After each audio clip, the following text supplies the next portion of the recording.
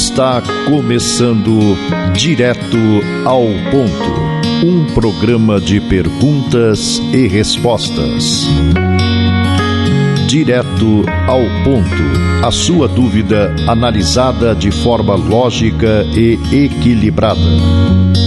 Direto ao Ponto, uma realização do grupo Os Mensageiros. Na busca pelo progresso espiritual, somos mesmo perseguidos pelos efeitos de nossas ações? O estudo de casos baseados em revelações obtidas através da mediunidade demonstra ser muito lento o processo de retificação de erros cometidos em vidas passadas, seja em prejuízo próprio ou de espíritos ligados ao causador do problema pelos laços da consanguinidade ou amizade, por vezes mais de uma encarnação, visto que o livre-arbítrio é um atributo que se amplia à medida que o ser vai evoluindo. Pesquisando o assunto, destacamos 2 exemplos a seguir. Caso 1.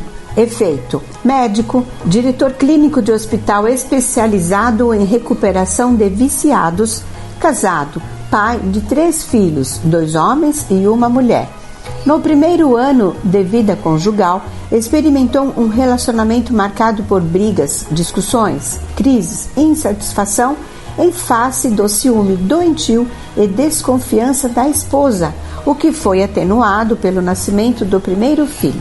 Logo, nasce o segundo filho.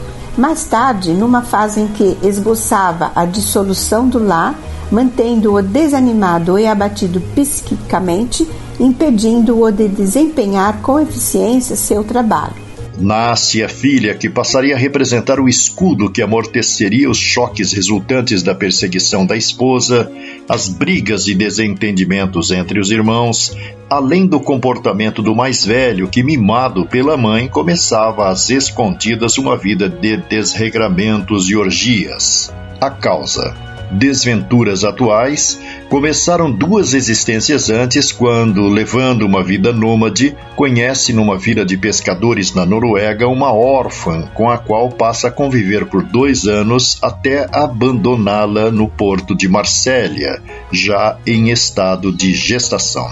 Na encarnação seguinte, nos Estados Unidos, em meio a muitas dificuldades, forma-se médico, casando-se com a mesma que lhe fora esposa na vida anterior. Tem iniciado as torturas após o consórcio com a cisma exacerbada da mulher abandonada no passado até que ela foge com outro, levando a filha, resultante de sua união com ele. Combalido, sentindo-se o maior dos sofredores, envolveu-se no tráfico de entorpecentes, integrando-se de corpo e alma no comércio de tóxicos. Rebelando-se um dia por questões comerciais, foi apunhalado por um dos seus comparsas, morrendo em consequência dos ferimentos. A esposa de hoje é a mesma de ontem. O primeiro filho, aquele com que a esposa o abandonara na vida pregressa. O segundo, o que o prostrara a punhaladas. E a filha, aquela que não conhecera quando abandonou a mãe em Marsella e que havia, na vida seguinte, trabalhado como enfermeira auxiliar no hospital em que clinicara nos Estados Unidos e que o assistiu no momento da morte. Caso 2. Efeito: mulher, casada há 5 anos, uma filha de 3 anos e grávida do segundo filho, família acrescida de uma tia muito ligada ao casal. Em meio à gestação, passou a revelar irritabilidade com seu estado, desassossego, alimentando-se pouco e padecendo insônia. Sintomas foram se acentuando a ponto dos médicos cogitarem do aborto. Melhoras no final da gravidez, com as crises recrudescendo após o nascimento da criança, repudiada pela mãe que, ante a presença ou choro do bebê, entrava em acessos de fúria, prantos, risos, alucinações, frases incoerentes, sem sentido. Internada, demonstrava alegria quando o leite era posto fora. E mais à frente, maior contentamento ante a afirmativa de que em poucos dias o leite desapareceria de todo. Tendo alta, impôs para sua volta a condição de só retornar ao lar se a criança fosse morar com a tia.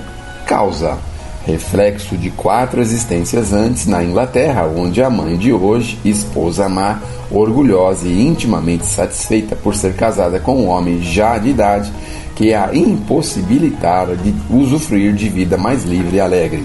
O marido atual era o mesmo de então, poderoso senhor de ricas terras. A filha, com 4 anos presumíveis, a mesma de hoje, entregue aos cuidados de velha aia viúva, que por sua vez possuía um filho de 8 anos, menino de cavalariça. Numa bela manhã, um acidente mudaria suas histórias, pois a criança, escapando da vigilância da aia, caiu num precipício, vindo a falecer. Vendo a filha irreconhecível, a mãe mandou chicotear até a morte a pajem e o filho, correndo em auxílio da mãe.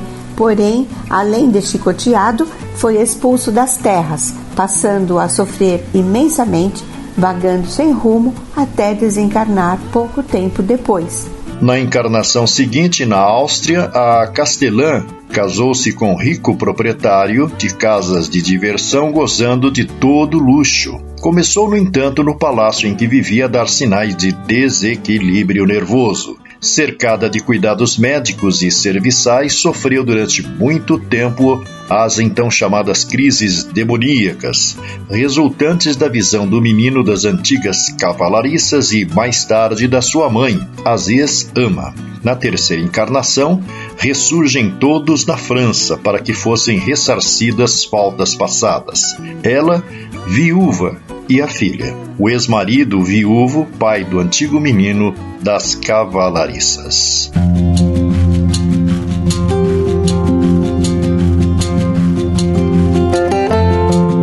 O grupo espírita Os Mensageiros tem também seu braço social, a AME, Amigos Mensageiros Espíritas, que mantém atividades com pessoas em situação vulnerável todos os dias do ano em São Paulo, na capital, Carapicuíba e na cidade de Piedade. Venha conhecer-nos! Escreva-nos para se inteirar das demais atividades do grupo enviando sua correspondência para a nossa Caixa Postal 522, CEP 01031-970 São Paulo SP, ou pelo endereço eletrônico mensageiros@mensageiros.org.br. Procure-nos também no Telegram como Rádio Mensageiros e inscreva-se pelo WhatsApp, telefone 5511 95299 6550. A apresentação deste programa foi realizada pelos integrantes da equipe Os Mensageiros. Na próxima semana, mais um Direto ao Ponto.